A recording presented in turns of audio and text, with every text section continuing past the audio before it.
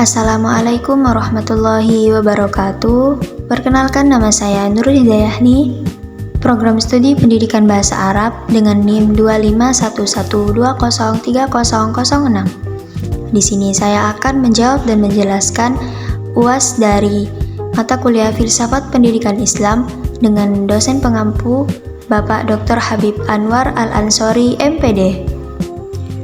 Yang pertama, berfilsafat termasuk dalam berpikir, namun tidak semua orang yang berpikir termasuk berfilsafat. Berfilsafat memang merupakan bentuk berpikir, tetapi tidak setiap aktivitas berpikir dapat disebut sebagai berfilsafat. Berpikir adalah proses dasar yang dilakukan oleh setiap orang dalam kehidupan sehari-hari dan dapat dilakukan secara spontan tanpa analisis mendalam. Berfilsafat di sisi lain adalah bentuk berpikir yang lebih tinggi dan mendalam, yang mengharuskan seseorang untuk menganalisis secara kritis, mempertanyakan isu-isu fundamental, dan mencari alasan serta makna di balik suatu fenomena.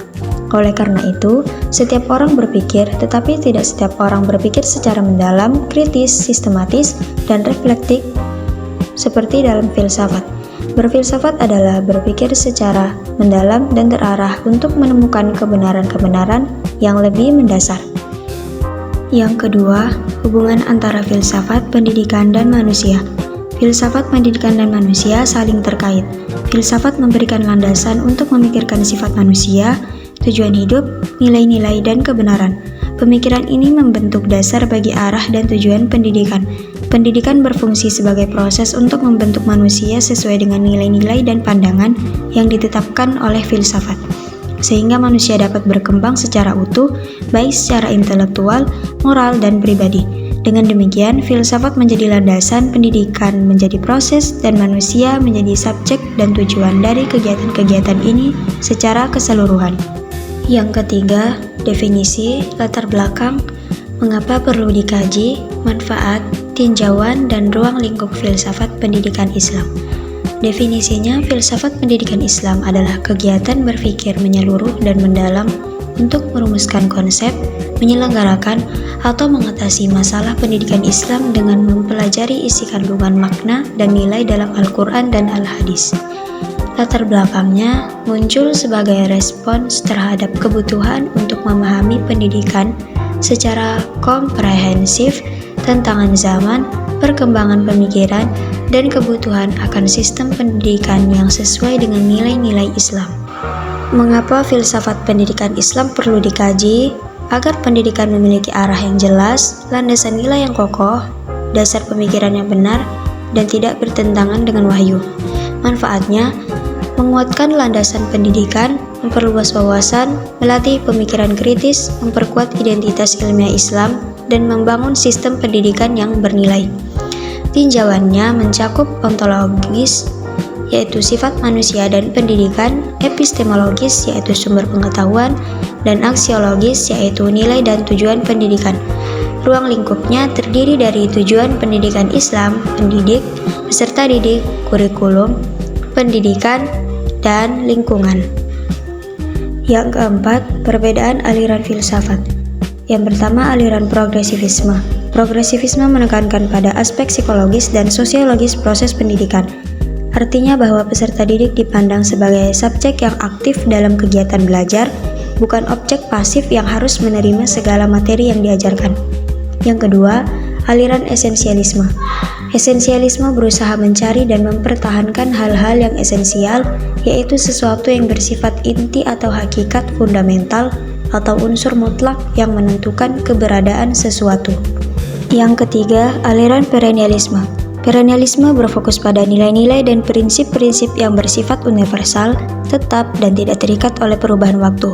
Dan yang keempat, aliran rekonstruksionalisme. Rekonstruksionalisme adalah aliran filsafat pendidikan yang memandang bahwa pendidikan harus berperan aktif dalam mereformasi dan membangun kembali tatanan sosial. Yang kelima, kontribusi dan konsep pendidikan tokoh Hasyim Asy'ari dan Ahmad Dahlan. Yang pertama, Hasyim Asy'ari. Kontribusinya yaitu memainkan peran penting dalam pengembangan pendidikan pesantren Islam di Indonesia. Ia mendirikan pesantren Tebu Ireng yang menjadi model reformasi pesantren Islam dengan menekankan pengembangan karakter yang kuat, disiplin, dan keilmuan. Ia juga menulis buku-buku tentang etika mencari ilmu yang sangat berpengaruh di dunia pesantren Islam. Konsep pendidikannya menekankan moral sebagai inti pendidikan, pentingnya sanad ilmiah, ketaatan kepada guru, dan penguatan ilmu-ilmu agama seperti fikih, hadis, dan tafsir. Ia menekankan metode talaqi, perilaku teladan, dan kebiasaan beribadah sebagai bagian dari proses pendidikan. Yang kedua, Ahmad Dahlan. Kontribusinya yaitu Ahmad Dahlan sebagai pendiri Muhammadiyah memperkenalkan sistem pendidikan modern yang menggabungkan pengetahuan agama dengan pengetahuan umum. Ia mendirikan sekolah-sekolah Islam modern yang menggunakan kurikulum terstruktur, kelas, evaluasi, dan metode pengajaran. Konsep pendidikannya menekankan pada pembaruan dan penyucian ajaran Islam, integrasi pengetahuan agama dan ilmu modern, serta pendidikan yang berorientasi pada aksi sosial.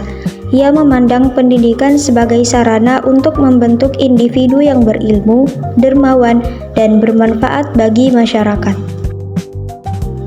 Yang keenam, konsep pendidikan Islam dan relevansinya terhadap kesejahteraan hidup. Konsep pendidikan Islam menekankan pembentukan individu yang seimbang, berilmu, bermoral, dan mampu hidup seimbang antara kebutuhan duniawi dan spiritual. Pendidikan Islam tidak hanya mengajarkan pengetahuan, tetapi juga nilai-nilai seperti kejujuran, tanggung jawab, dan etos kerja. Mengingat situasi saat ini, konsep ini masih sangat relevan dengan kesejahteraan. Banyak lembaga pendidikan Islam telah terbukti menghasilkan lulusan yang mampu bersaing dan berkontribusi di berbagai bidang. Secara logis, pendidikan yang memperkuat pikiran, karakter, dan spiritualitas akan mendukung kualitas hidup seseorang di masyarakat. Sekian dari saya, kurang dan lebihnya saya mohon maaf. Wassalamualaikum warahmatullahi wabarakatuh.